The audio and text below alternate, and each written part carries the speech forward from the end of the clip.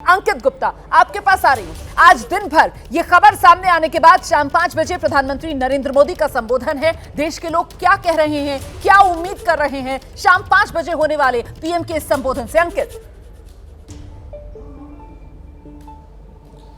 सबसे पहले तो हम लोग ये क्लियर कर देते हैं कि अब इस वक्त हमारे पास में जो एक तरह से हम कह सकते हैं कि लगभग कंफर्म जो जानकारी वो यही है कि प्रधानमंत्री जीएसटी जो रिफॉर्म किया गया है उस पर ही देश को संबोधित करने जा रहे हैं, क्योंकि सुबह से हम लोग कई सारे और जो है कि और क्या मुद्दे हो सकते हैं जिस पर प्रधानमंत्री बोल सकते हैं, लेकिन अभी जो जानकारी आ रही है ये लगभग तय माना जा रहा है कि प्रधानमंत्री देश को जीएसटी रिफॉर्म जो कल से जो इंप्लीमेंट हो रहा है उस पर संबोधित करेंगे। और दूसरी महत्वपूर्ण चीज जिसका आपने जिक्र किया, स्वदेशी अपनाओ, देश आगे बढ़ाओ, ये वो जो नारा लेकर के प्रधानमंत्री जनता के बीच पहुंचने वाले हैं, क्योंकि साफ तौर पर पिछले जो है साल भर के दौरान जब से ट्रम्प जो सरकार जो है आई है यूएस में, उसके बाद से जिस तरीके से भारत के ऊपर टैरिफ लगाए गए हैं, अंतर्राष्ट्रीय परिदृश्य में जो एक तरीके से अस्थिरता फैली है, तो संदेश साफ है कि भारत कहीं पर झुकेगा नहीं, क्योंकि भारत यहां पर जो आबादी है यही उसकी ताकत भी है। और ऐसे में स्वदेशी को जोर दिया जाएगा। जीएसटी रिफॉर्म जिसका सीधा फायदा जनता को मिलेगा उसका तो जिक्र होगा ही, लेकिन आने वाले दिनों में किस तरीके से भारत जो स्वावलंबी बनेगा, किस तरीके से स्वदेशी पर जोर दिया जाएगा, ये वो तमाम पहलू हैं जिसको लेकर के प्रधानमंत्री जनता के बीच आएंगे। और जनता भी कमोवेश यही उम्मीद कर रही है कि प्रधानमंत्री अगर जनता को संबोधित कर रहे हैं तो वो क्या रोड मैप लेकर के जनता को संबोधित करने जा रहे हैं, या क्या वो जो है दिशा निर्देश या एक तरीके से हम कह सकते हैं कि दिशा दिखा रहे हैं, उस पर सबकी निगाहें टिकी हुई हैं। आप रहिए मेरे साथ, में लौटूंगी आपके पास। सीधे दीपक रावत का रुख करेंगे और जरा जानते हैं दीपक से। दीपक, आपको सूत्र के हवाले से क्या खबर मिल रही है और लोगों से जो बात हुई है, लोग क्या सुनने की उम्मीद कर रहे हैं? शाम 5 बजे प्रधानमंत्री नरेंद्र मोदी का देश को संदेश। दीपक जी रोमाना, अभी तक हम लोग तमाम आकलन तो कर ही रहे हैं कि प्रधानमंत्री क्या कहते हैं, लेकिन अक्सर हमने देखा है कि जो हम बात करते हैं उससे हटकर प्रधानमंत्री कोई बात कहते हैं, और यही लोगों के मन में भी है। लोगों का ये मानना तो है कि जीएसटी की जो दरें घटाई गई हैं, जो कल से लागू होंगी, उस पर शायद प्रधानमंत्री बोले, लेकिन इससे हटकर भी लोग ये बात सोच रहे हैं कि शायद कुछ नया एक तोहफा देने की तैयारी जो है प्रधानमंत्री करने जा रहे हैं, क्योंकि त्योहारों की शुरुआत कल से हो रही है। तो इसको लेकर भी लोग टकटकी लगाए टीवी चैनलों को देख रहे हैं कि 5 बजेंगे प्रधानमंत्री क्या घोषणा करेंगे, उसको सुनेंगे। लेकिन इसके अलावा अगर विपक्षी पार्टियों की बात करें रोमाना, तो कांग्रेस लगातार हमलावर है प्रधानमंत्री को लेकर। सीधे तौर पर जयराम रमेश ने एक ट्वीट किया है जिसमें उन्होंने सीधे तौर पर यह कहा है कि जो H1B वीजा धारकों की जो मुसीबतें बढ़ी है, क्या प्रधानमंत्री अपने संबोधन में उन परेशानियों की, जिनकी परेशानी बढ़ी, उनकी परेशानियों को कम करने का कोई अनाउंसमेंट करने जाएंगे? क्या फिर 42 बार जो ट्रंप दावा कर चुके हैं कि ऑपरेशन सिंदूर उनकी वजह से रुका, उनकी वजह से जो दोनों भारत और पाकिस्तान के बीच समझौता हो पाया उसमें डोनाल्ड ट्रंप का हाथ था, उस पर कुछ कहेंगे? या फिर जीएसटी और जिस तरह की तमाम चीज़ों को लेकर लगातार प्रधानमंत्री कहते रहे हैं कि हम जीएसटी की दरें कम कर रहे हैं, उस जो कल से शुरू होने वाला है, या वो एक तरीके से बीच का रास्ता निकलने का ढूंढ रहे? तो कांग्रेस लगातार हमलावर है प्रधानमंत्री को लेकर, बीजेपी को लेकर, और ये कह रही है कि जो मुख्य मुद्दे हैं उस पर प्रधानमंत्री नहीं बोल रहे, उस पर सरकार नहीं बोलती है, लेकिन इस तरीके के चीज़ों से निकलने की कोशिश करती है। जीएसटी की दरें जो कम हो रही है उसको लेकर भी कांग्रेस ये कह रही है कि ये राहुल गांधी पिछले 7-8 साल से कह रहे हैं कि जीएसटी की दरों में कमी की जानी चाहिए, महंगाई ताकि कम हो सके, लेकिन अब 7-8 साल बाद प्रधानमंत्री और सरकार जागी है। तो विपक्ष के अपने आरोप है, लेकिन जनता इस वक्त ये सुनना चाहती है कि 5 बजे प्रधानमंत्री उन्हें क्या सौगात देने जा रहे हैं या क्या नई बात कहने जा रहे हैं। जी रोमाना, बहुत क्लियरली आपने कहा है कि लोग उम्मीद कर रहे हैं कि कोई बड़ी सौगात मिलने वाली है। हालांकि जीएसटी वाली सौगात, उसके बारे में सबको जानकारी है, और वो नई दरें जो हैं कल से लागू होंगी। मैं आदेश के पास जरा दर्शकों को लेकर चलूंगी। आदेश, वो कहते हैं ना, दिल मांगे मोर, मतलब दिल है कि भरता ही नहीं, और ऐसे में जीएसटी की जो नई दरें हैं वो कल से लागू होंगी, लेकिन कहीं ना कहीं क्योंकि 15 अगस्त लाल किले की प्राचीर से प्रधानमंत्री नरेंद्र मोदी ने वो डबल गिफ्ट की बात कर दी थी, तो वैसे में मतलब जीएसटी के साथ साथ क्या कोई और भी बड़ा ऐलान हो सकता है क्या, जो पूरी तरीके से एक सरप्राइजिंग फैक्टर होगा आज के इस संबोधन में? आपको क्या लग रहा है? आदेश।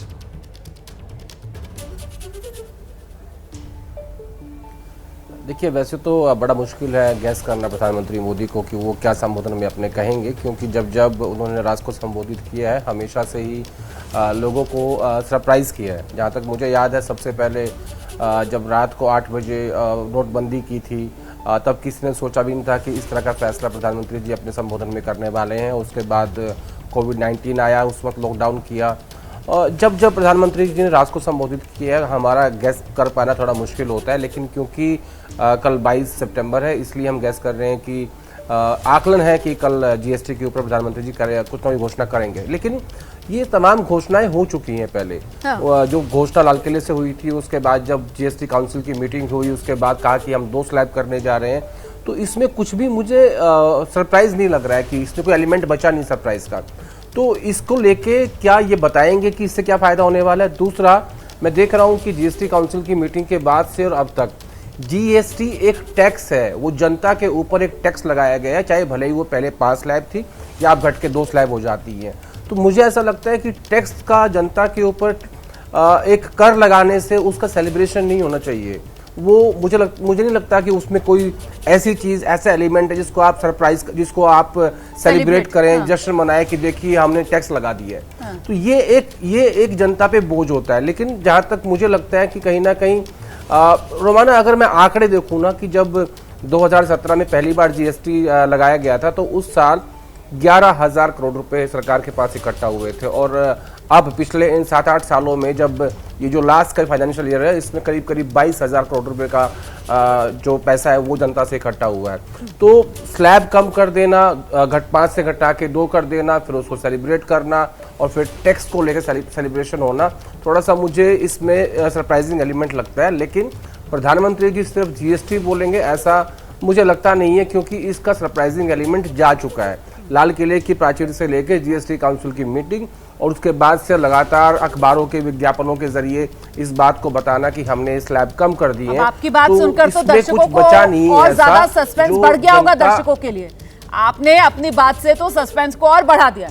मैं तुली साहब के पास सीधे दर्शकों को लेकर चलती हूँ। जरा राजीव तुली जी से जानते हैं। राजीव जी, हम सभी लोग जो प्रधानमंत्री नरेंद्र मोदी की वर्किंग स्टाइल को देखते और समझते आए हैं, तो कुल मिलाकर बड़ा इंपॉर्टेंट पॉइंट है यहाँ पर जो आदेश रावल रख रहे हैं कि साहब जीएसटी ये तो एक तरीके से डन एंड डस्टेड मामला है ना, वो तो पता ही हमें कल से लागू होना है। प्रधानमंत्री नरेंद्र मोदी लेकिन आज आ रहे हैं और प्रधानमंत्री का अगर राष्ट्र के नाम संबोधन है तो फिर मामला कुछ खास, कुछ अलग, कुछ बड़ा यकीनन होगा। राजीव तुली जी, आपको क्या लगता है क्या होने वाला है?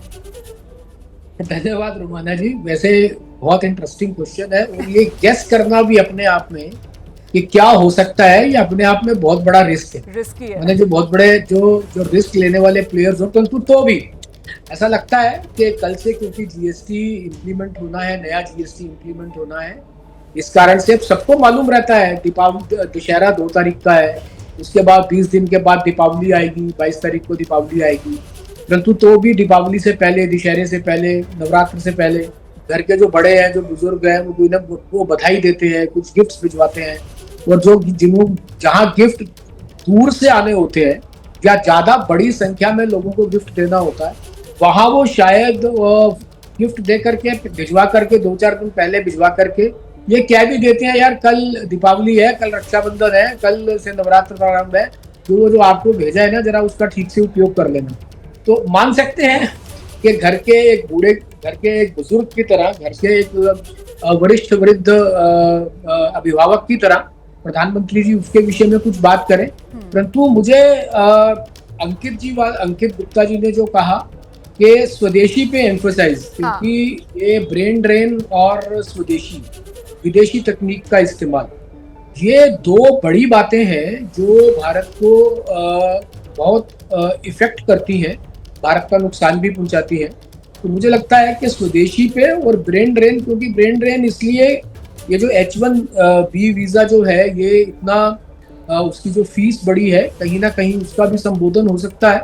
परंतु जब तक 5 नहीं बज जाते हैं, तो आपको और मुझे दोनों को ये अगले 16 साढ़े 16 मिनट इस विषय पे चर्चा करनी है। तो मुझे लगता है जीएसटी घटाना माने, वैसे मैं आपको एक बात इसमें और जोड़ देता हूँ जो अभी आदेश जी ने कही। देखिए, जीएसटी आने से पहले जो लोग व्यापार करते हैं ना, वो जीएसटी की महत्ता समझ सकते हैं। सही बात है। देखिए, जो इससे पहले वैट था, वैट सेंट्रल और स्टेट का वैट अलग होता था। जो सेंट्रल वैट की सेल होती थी वो 2% पे होती थी और उसका एक सी फॉर्म आना होता था।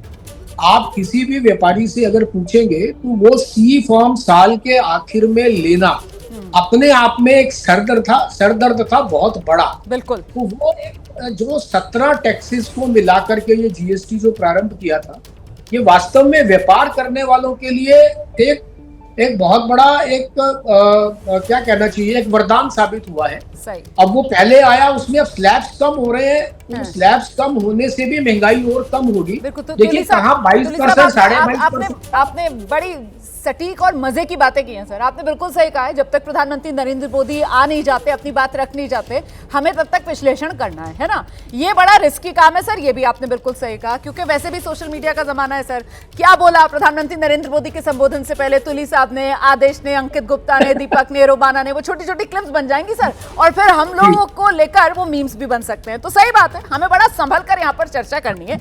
लेकिन आपने जो बात कही ना सर कि हाँ, जैसे परिवार में कोई बड़ा होता है और ऐसे में जीएसटी, आदेश आप ही के पास दोबारा आ रही हूं भाई, जीएसटी को लेकर जो फैसला लिया है मोदी सरकार ने वो तो बड़ा है ना, जिसको यहां पर राजीव साहब ने भी उसको रेखांकित किया कि सुधार तो हुआ है, टैक्स स्लैब्स तो घटी हैं और ज्यादातर चीजें जो हैं वो 5% वाले स्लैब में आई है, साथ ही साथ सरलीकरण हुआ है।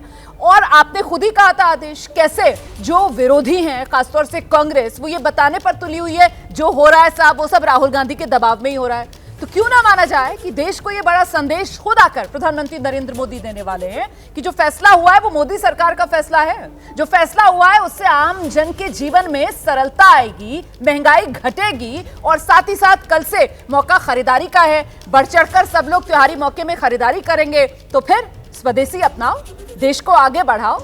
ये तमाम बातें हो सकती हैं आज के संबोधन में, रिस्क के साथ मैं ये बात कह रही हूं आदेश।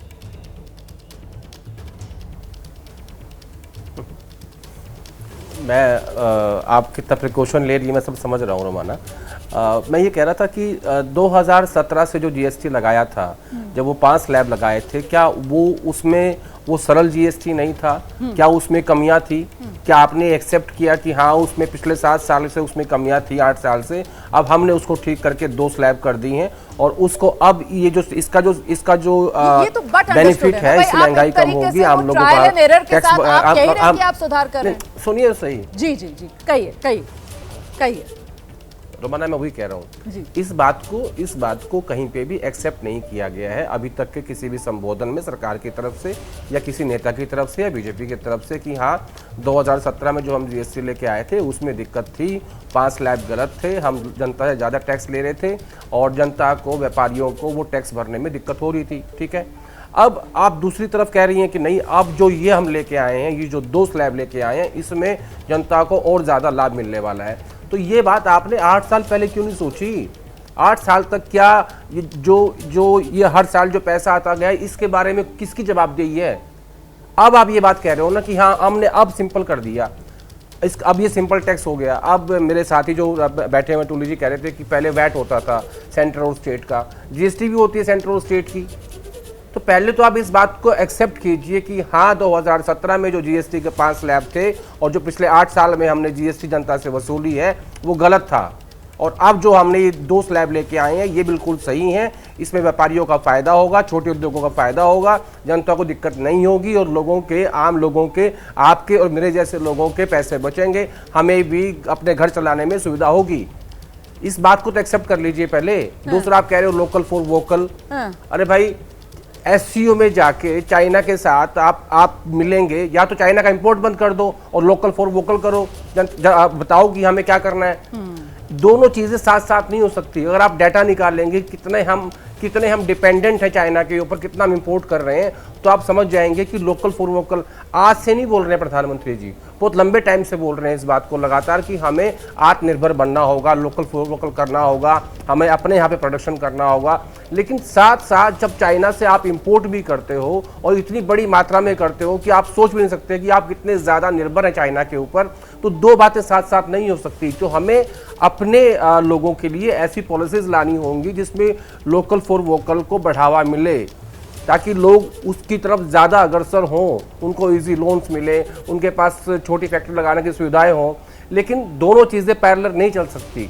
तो इसमें भी सरप्राइजिंग एलिमेंट नहीं लगता मुझे कि लोकल फॉर वोकल की बात करेंगे, ये तो बहुत सालों चलता आ रहा है।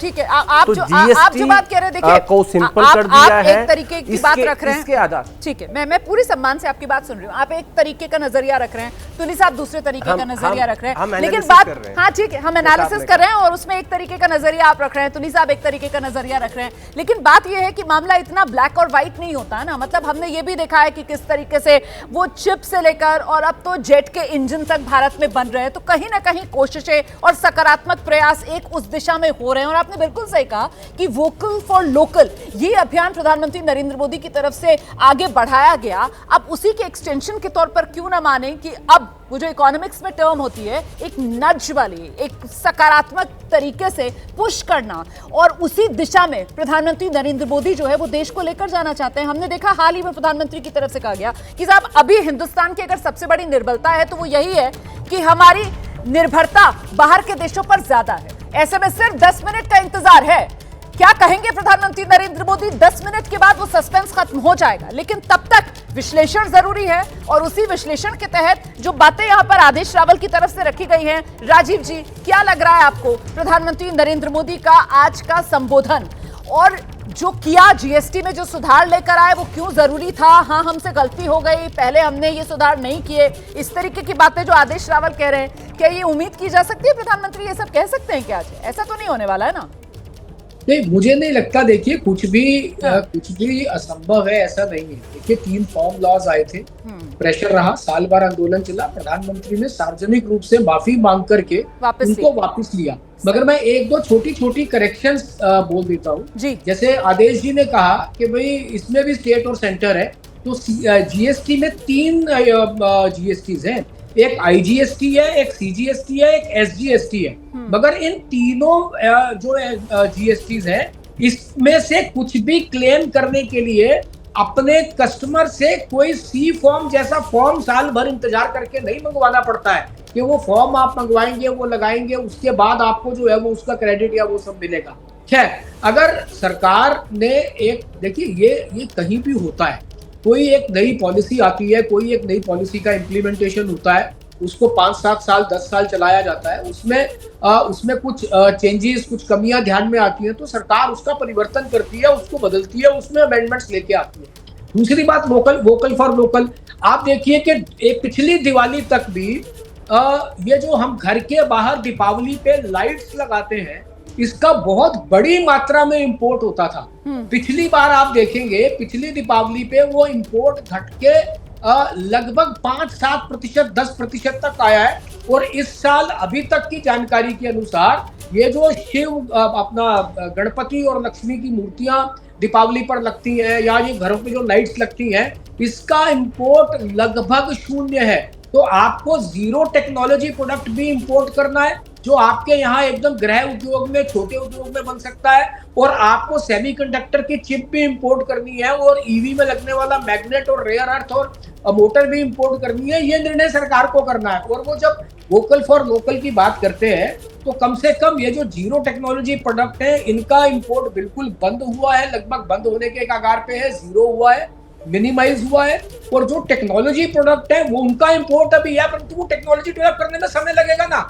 2004 से लेकर के 2014 तक में सारी इंडस्ट्री बंद हुई है देश में। अब इंडस्ट्री आनी शुरू हुई है, लगनी शुरू हुई है, बैकवर्ड इंटीग्रेशन हो रहे हैं। मोबाइल में आज हम विश्व में सबसे बड़े दूसरे प्रोड्यूसर हैं। ईवीज में हम चाइना के बराबर सेल कर रहे हैं, कोई विश्व में और देश ऐसा नहीं है जो ईवीज में। तो ये सब वोकल फॉर लोकल के कारण ही हुआ है। और मुझे लगता है आदेश जी, दुनिया इतनी नेगेटिव नहीं है, और भारत में तो कम से कम नेगेटिविटी इतनी नहीं है। राहुल जी ने कहा था कि भारत की डेड इकोनॉमी है तो 7.5% पे ग्रो कर रही है, तो इतना नेगेटिव देखने की भी आवश्यकता नहीं है। मुझे लगता है धीरे धीरे छोटे स्टेप लेकर करिए, फिर एक बिग लीप फॉरवर्ड का समय आएगा, वो बिग लीप फॉरवर्ड भी करेंगे।